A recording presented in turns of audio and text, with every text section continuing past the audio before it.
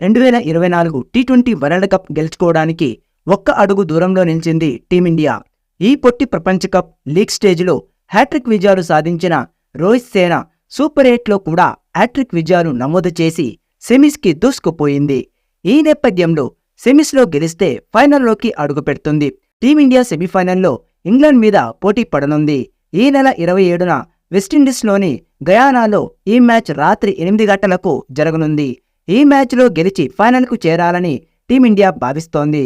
ఇక గత కొన్నేళ్లుగా టీమిండియా లీగ్ స్టేజ్లో సూపర్ 8లో అద్భుత ప్రదర్శన చేస్తున్నప్పటికీ నాకౌట్కి వచ్చేసరికి రాణించలేకపోతున్నారు. ఒత్తిడికి లోనవుతూ ఓడిపోయి ఇంటిదారి పడుతున్నారు. గత ఏడాది వన్డే వరల్డ్ కప్ ఫైనల్లో కూడా ఒత్తిడి వల్ల కప్పు వదులుకున్నారు. కానీ ఈసారి మాత్రం టీమిండియా ఆల్రౌండర్ ప్రదర్శన చేస్తోంది. ప్రతి మ్యాచ్లో 2-3 ఆటగాళ్లు తమ ప్రతిభను చూపిస్తూ మ్యాచ్లు గెలిపిస్తున్నారు. ఇక కీలకమైన ఆస్ట్రేలియా మీద కెప్టెన్ రోహిత్ శర్మ భీకర ఇన్నింగ్స్తో ఫామ్లోకి రావడం టీమిండియాకు కలిసి వచ్చే అంశం. దాంతో ఈ మ్యాచ్లో ఇంగ్లాండ్ను ఓడించి ఫైనల్లో దూసుకుపోవాలని భారత జట్టు భావిస్తోంది. ఇక ఈ మ్యాచ్లో టీమిండియా ఒక మార్పు చేసే అవకాశం కనిపిస్తోంది. స్టార్ ఓపెనర్ జైస్వాల్కి స్థానం కల్పించేందుకు టీం మేనేజ్మెంట్ భావిస్తోంది. కీలకమైన ఆస్ట్రేలియా మ్యాచ్లో కూడా స్టార్ బ్యాటర్ విరాట్ కోహ్లీ ఓపెనర్గా విఫలమయ్యాడు. ఈ మ్యాచ్లో కూడా అతను టక్అవుట్గా వెనుదిరిగాడు. దాంతో అతను ప్రతి మ్యాచ్లో ఓపెనర్గా విఫలం అవుతూ ఉండడంతో కీలకమైన సెమీఫైనల్లో తనకు బాగా కలిసి వచ్చే 3వ స్థానంలోనే బ్యాటింగ్కు దింపాలని టీం మేనేజ్మెంట్ భావిస్తోంది. యువ స్టార్ ఓపెనర్ జైస్వాల్కి ఛాన్స్ కల్పించాలని భావిస్తోంది. ఇక ఈ మ్యాచ్కి టీమిండియా తుది జట్టు చూస్తే జైస్వాల్, రోహిత్ శర్మ, విరాట్ కోహ్లీ, పంత్, సూర్యకుమార్ యాదవ్, పాండ్యా, జడేజా లేదా శివం దూబే, అక్షర్ పటేల్, కుల్దీప్ యాదవ్, బూమ్రా, అర్షదీప్ సింగ్ ఉండే అవకాశాలు కనిపిస్తున్నాయి. ఇక ఈ మ్యాచ్లో భారత జట్టు టాస్ గెలిస్తే ముందుగా బ్యాటింగ్ చేసే అవకాశం కనిపిస్తోంది. మొదట బ్యాటింగ్ చేసి భారీ స్కోర్ చేస్తే తర్వాత బౌలింగ్లో ఇంగ్లాండ్ టీంను కట్టడి చేయొచ్చని టీమిండియా భావిస్తోంది.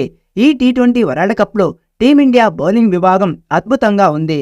పేసర్లు బూమ్రా, హర్షదీప్ సింగ్ అద్భుతమైన ఫామ్ను కొనసాగిస్తూ ఉండగా కుల్దీప్ యాదవ్, అక్షర్ పటేల్ కూడా రాణిస్తున్నారు. దాంతో టీమిండియా బ్యాటింగ్, బౌలింగ్లో పటిష్టంగా కనిపిస్తోంది.